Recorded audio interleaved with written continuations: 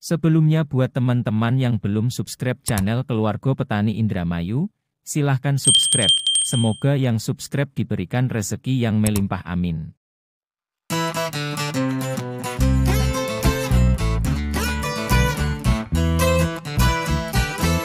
Assalamualaikum warahmatullahi wabarakatuh.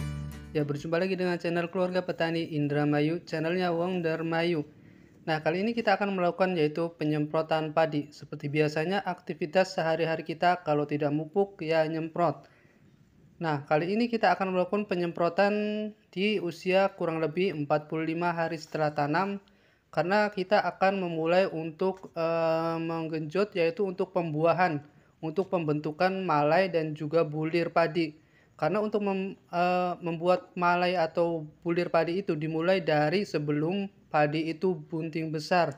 Nah, sebelumnya buat teman-teman yang belum subscribe, silakan subscribe terlebih dahulu agar teman-teman bisa mendapatkan video-video terbaru dari kami dan dari seputar yaitu dunia pertanian, terutama seputar tanaman padi. Nah, semoga yang subscribe dilimpahkan rezekinya, dibanyakan rezekinya. Amin ya Allah ya Rabbal Alamin. Nah, kami mohon teman-teman menyimak sampai akhir supaya teman-teman bisa paham apa yang telah kami sampaikan pada video kali ini. Dan video kali ini seperti biasa kita melakukan penyemprotan dengan menggunakan beberapa insektisida dan juga fungisida dan juga beberapa nutrisi dan juga hormon untuk tanaman padi kita. Nah, dikarenakan tanaman padi kita sudah memasuki masa generatif atau masa primordia, maka kita akan menggenjot di kalsium untuk pembentukan yaitu buah. Untuk memperbesar juga batang, kita gunakan silika dalam penyemprotan kali ini. Nah, berikut penjelasannya untuk amunisi yang akan kita gunakan. Nah, oke. Yang pertama kita akan menggunakan fungisida. Fungisida kita seperti biasa yaitu menggunakan yang berbahan aktif yaitu metil thiofanat. Nah, kalau sebelumnya kita menggunakan topsin dan sekarang kita menggunakan yaitu Valo. Nah, ini juga sama berbahan aktif yaitu metil thiofanat.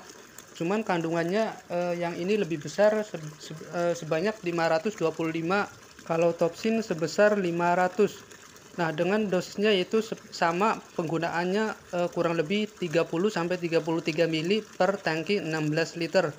Nah, kita menggunakan fungisida karena sekarang cuacanya hujan terus, hujan panas, maka kita lakukan pengobatan untuk jamur dengan menggunakan metil thiofanat. Nah, nanti kita belum menggunakan fungisida triazol, nanti ketika bunting besar mungkin baru kita gunakan yaitu fungisida golongan triazol. Nah, kemudian kita gunakan yaitu seperti biasa hormon ini adalah hormon flostonik. Nah, kalau tidak ada teman-teman bisa ganti dengan dekamon ataupun atonik. Bahan aktifnya juga lumayan banyak, salah satunya natrium. Ini bagus sekali untuk masa pertumbuhan ataupun masa pembuahan, pembentukan buah atau pembesaran buah. Multifungsi untuk masa vegetatif dan juga masa generatif. Kita gunakan seperti biasa dosisnya 30 mili saja. Nah, kemudian yang ini adalah biosil. Biosil ini adalah kandungannya silika sebesar 50% dan juga kalium 8,5% dan juga ada molybdium dan juga kobelnya. Nah, dengan kandungan silika dan juga kalium yang lumayan tinggi ini sangat bagus sekali untuk pembesaran batang. Nah, ketika batang itu besar, ketika tanaman padi batang itu besar, maka otomatis malai atau buah yang dihasilkan juga banyak dan juga panjang. Nah, kita gunakan dosisnya yaitu kurang lebih sekitar 30-33 mili per tangki 16 liter. Nah, silika ini bagus sekali selain untuk memperkuat batang juga untuk kualitas buah yang dihasilkan akan lumayan bagus. Dan kemudian insektisidanya kita gunakan seperti biasa yang mudah-mudah saja yaitu sidatan yang berbahan aktif dimehipo. Kita gunakan dosisnya kurang lebih 30-33 mili saja. Karena secara hama juga kita belum terlihat begitu banyak, terutama yaitu ulat atau kaper, karena ini di musim penghujan mungkin sebentar lagi serangannya yaitu hama wereng. Nanti insektisidanya berbeda lagi. Nah, kemudian yang terakhir kita gunakan pelekat kurang lebih 2 tutup saja per tangki 16 liter karena kita masih di musim hujan, kadang siang hujan, sore hujan, maka kita gunakan pelekat. Ditakutkan setelah penyemprotan turun hujan.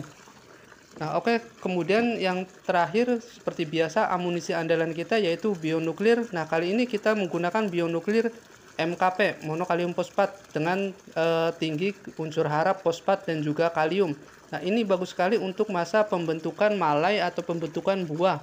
Nah, kita gunakan sebelum padi itu bunting besar, karena kita untuk membentuk malai.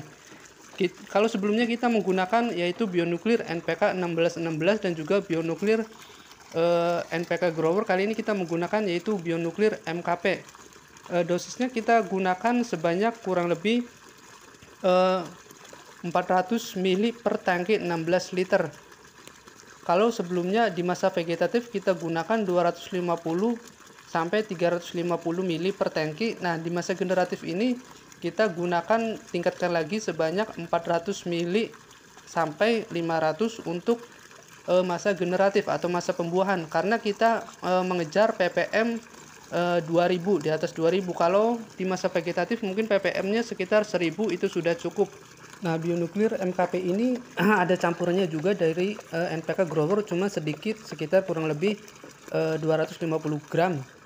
Selebihnya kita menggunakan MKP untuk pembuatan bionuklir ini. Nah, oke, selanjutnya kita akan melakukan penyemprotan. Jangan lupa subscribe, like, and comment dan nyalakan loncengnya. Yes.